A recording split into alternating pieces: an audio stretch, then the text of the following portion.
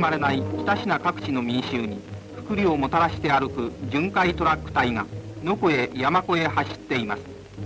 これは河北の交通会社が心を込めた地方民衆への贈り物。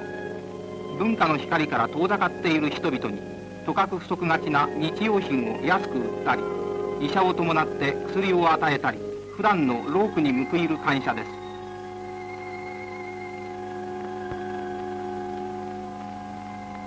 その中でも最も喜ばれるのは芝居や映画や曲芸。私たちも一緒に見物しましょう。